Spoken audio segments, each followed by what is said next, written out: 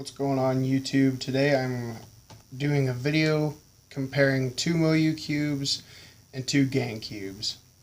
Today we have the Gan 354, the Gan SM, the Moyu GTS2, and the GTS3. So let's get right into it. I'm going to start by doing averages 5 while talking. I think I'm just going to start with the SM. This cube is, it's okay. It's one of my favorite Gan cubes ever. It's definitely one of their best. So the differences that I hear people talking about between the SM and the 354 are not as big as they tend to make it out to be. And I actually had a friend ask, what's like the biggest difference? Obviously, other than the size, is it's stickerless, and that's about it. Like, the performance is just about the same. You know, if you want to get really into detail, the biggest thing would probably be the visible magnets, which doesn't distract me at all, but I know it distracts some people. Oh, crap. 23. That sucks. Having said that, the 354 is my main, just because I prefer the size of it. And the magnet strength in it is pretty good. So, if someone doesn't want a really expensive cube, I think the most expensive out of all of them is, let's see, this one was 47, so the SM is the most expensive out of all of them, being $49.99, I believe, on the cubicle stock. But actually the most expensive one that I have is actually the GTS2, because it's a cubicle custom. So that adds a little bit of a price difference. It's not stock. The second biggest thing is people want to ask if the size really makes a difference, and I can't really say that it does or doesn't. You know, I haven't had a big experience testing different cubes. I'm not sponsored, by the way. I just test a bunch of cubes that my other friends have. That's another 23. Crap. Really, the biggest difference in all of the sizes is just what fits you personally. So if you like smaller cubes, then definitely get the 354 out of the Gan cubes, and if you don't really care, then obviously just get the standard 56mm. I haven't tried an X yet. I want to. That'll probably be available at my next competition, which is in like 59 days or something. I don't know, super specific, like anyone really cares. I'm going to Rocky Mountain Spring 2019 in Colorado Springs. So I'm going to go visit family, gonna have a great time. Hopefully Lego Boys E3 will be there. I don't think JR Cuber's going.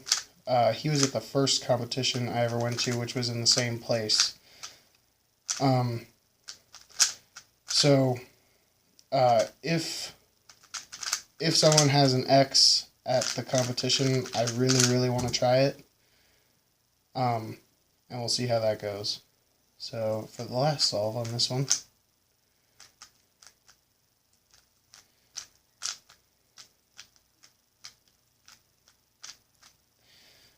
okay. Also, one thing about the 354 versus the X is some people say that the 354 is kind of sharp on the corners, and it really is. It doesn't really bother me, just because I hold the cube a little bit different than most people. So the corners are a little bit sharp, and also the edges don't necessarily always sit flush with the corners either, so that's something to consider when you're buying this cube. By the way, that was a 2156 average of 5. So I know that Sebastian Weyer uses the X along with his Angstrom SM, and he's really fast, so you might want to consider that. I know Felix uses the X. Max Park, Dana Yee, and Leo Borromeo all use the 354. Actually, more specifically, they use the Gan Infinity, which I believe is $58.99 in the US. Basically, what the Gan Infinity is the 354 fitted to your customization. I'm so sick of these 23s.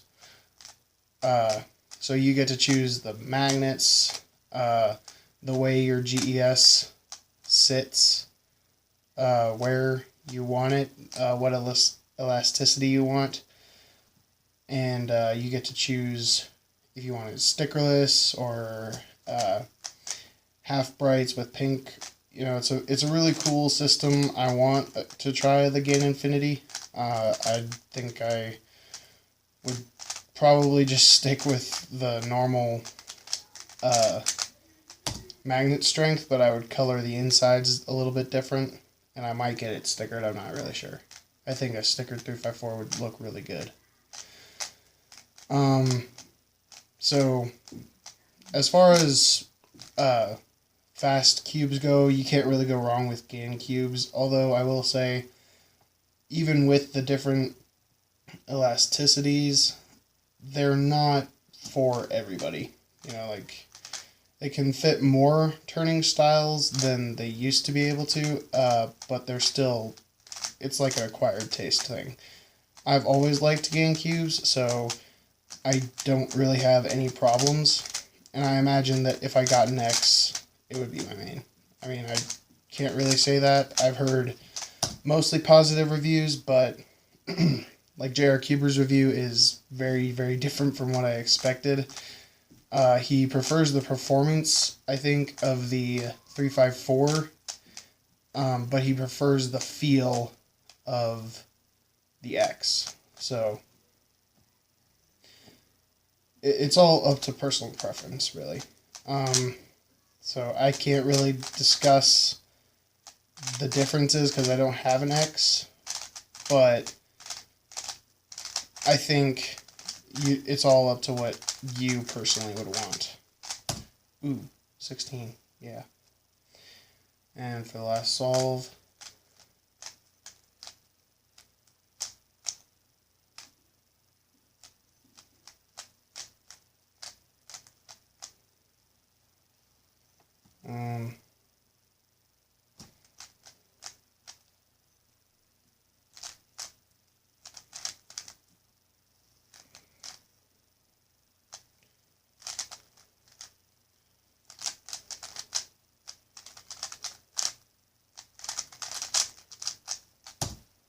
yes. So that was a 19.31 average. I'm trying to see if my whole studio is kind of a mess right now because my brother fell through the roof a couple days ago. So we're re-drywalling everything. So I'm not in my normal spot, as you probably could have told from my last video. So now we're moving on to the Moyu cubes. This is the Cubicle Custom GTS2 with standard magnets, Angstrom, Gravitas, Dignitas, DNM37, and Lubrical Black on the core. It's a great cube. It's my secondary main along with my 354, just because I can't stop using it. It's so fun to use. It's got a great feel. So the main differences of the GTS2 and 3 obviously is the what's it called? The spring compression system. And then ridges on the outside. 19 on the first try. So the differences aren't too distinct. The color scheme is also a little bit different. On the GTS3, it's a darker red and blue, so it comes more to half brights. And it's, I don't know, I mean, I like the GTS3 a lot. It's pretty good. But for some reason, I just can't get myself to use it. It's not that the performance is bad. The performance is good. I just perform, I think, marginally better on the 354, and I think I prefer the feeling of the 354. Holy crap, that was horrible. 28. And I've tested out all of the different ways to tension it. I've actually messed with the screws themselves because there was spring noise, so I just cleaned it all out and just re-tightened the spring itself. And then I have the compression system on 4, I believe. 4 or 5. And just for some reason, it's not nearly as satisfying as the other cubes. So it's still a good cube. I still use it for practice on occasion. The one thing that I don't particularly like, which isn't anything about the cube itself, just it's kind of me, is I really don't like the way it sounds. It sounds really weird and just kind of loud and clacky in a very uncomfortable way. So I don't like the way it sounds, but that could just be me. So don't let that scare you if you want to get the GTS3. One thing is also the price of the Moyu cubes. This one I think was $47.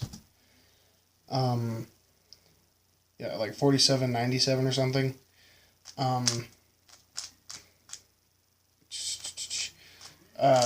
The stock version of the GTS3 is $35. But they do have different setups. The Cubicle does have, they have, what am I trying to say? Angstrom. They have the Angstrom version, they have the Cubicle Pro Shop version, and the Cubicle Labs Lite version, I believe. So it's a little bit different. They also have the LM, which is a lighter magnet strength. That was a 2441 average of 5. They have the LM, that's what I was talking about, which I haven't tried it, but I do hear it's a little bit better for most people, because the magnets in this cube they're really, really strong, which technically I don't mind because they don't bother me. And one thing to always look out for and remember is faster cubes, and this is an extremely fast cube, they benefit from stronger magnets, and slower cubes benefit from weaker magnets. So, like a Volk, it's a slow cube, and it's really deserving of weak magnets. Wait, I didn't destroy that last average. Okay. So my Volk M, which I actually ended up not liking, sadly, I thought it would be really good because I love the normal non-magnetic Volk. So it was a little bit disappointing that I didn't like that cube. I used it for one-handed for a while, but just it just never really worked for me. And the Volk may be the perfect cube for you, but you know, it's all up to personal preference, and you're going to get sick of hearing cubers say that, but it's true.